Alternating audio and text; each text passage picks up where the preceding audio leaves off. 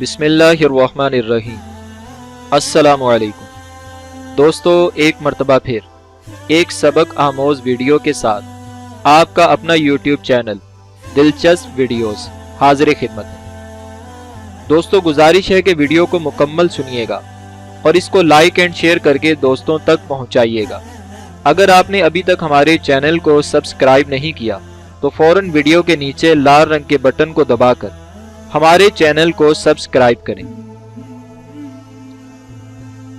बुजुर्ग फरमाते हैं कि एक मर्तबा मियाँ बीवी के दरमियान झगड़ा हो गया।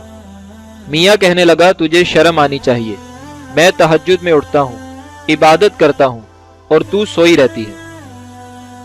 बीवी कहने लगी कि तू जो तहज्जुद में उठता है इसमें मेरा हिस्सा भी शामिल है।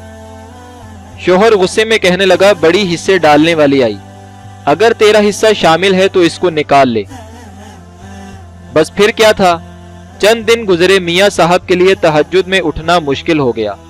यहाँ तक कि एक दिन तहज्जुद की नमाज कज़ा हो गई। चंद दिन गुजरे तो फिर फजर की नमाज भी कज़ा होने लगी। मियाँ साहब बड़े ही परेशान हाल बैठे थे। बीवी पूछने लगी, क्यों परेशान हाल बैठे हैं? मियाँ कहने लगा कि कुछ समझ नहीं आ रहा। पहले तहज्जुद में आसानी से आंख खुल जाया करती थी, अब चंद दिन से तहज्जुद तो क्या, फजर में भी सुस्ती होने लगी है। बीवी बोली, मैं न कहती थी कि इसमें मेरा भी हिस्सा शामिल है? तूने कहा निकाल ले तो मैंने निकाल लिया, अब तुम उठकर दिखाओ। मियाँ हैरान होकर पूछने लगा कि तेरा कौन सा हिस्सा था जिसके निकलने से मेरी इबादत में सुस्ती होने लगी? बीवी ने कहा कि मैं चाहे कैसी ही हालत में होती, तेरा खाना बावुजू होकर पकाया करती थी। खाना खाने के दौरान अल्लाह ताला का जिक्र और उसके प्यारे हबीब सल्लल्लाहु अलैहि वसल्लम पर दुरूदो सलाम पढ़ती रहती थी। वो खाना जब तेरे पेट में जाता तुझे तहज्जुद में उठा दिया करता था।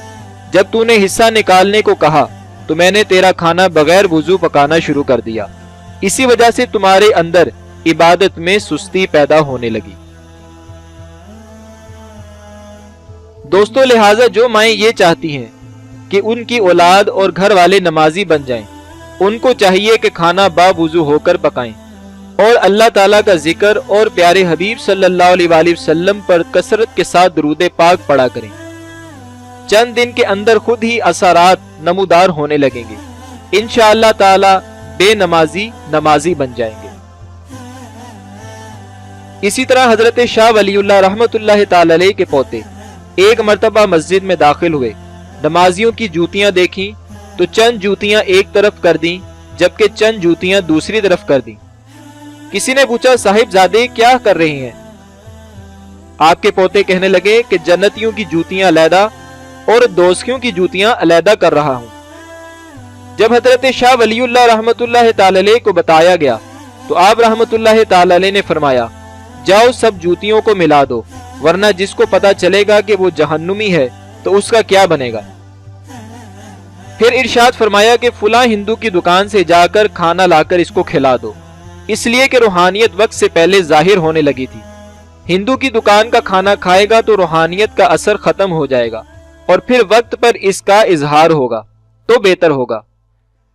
दोस्तों, सच है कि इंसान की रूह पर ग़िज़ा का बड़ा असर होता है। किसी नेक परहेजगार के हाथ का पका हुआ खाना इंसान की रूह पर अच्छे असरात छोड़ता है और एक बदकार के हाथ का खाना बंदे की रूह पर बुरा असर डालता है। दोस्तों, अगर आपको वीडियो पसंद आए तो इसे लाइक एंड शेयर करें और अपने दोस्तों तक इस वीडियो को पहुंचाएं और हमारे चैनल को सब्सक्राइब करना ना भूलिएगा। अपना बहुत सा ख्याल रखिएगा। अल्लाह हाफिज, फी अमानिल्लाह।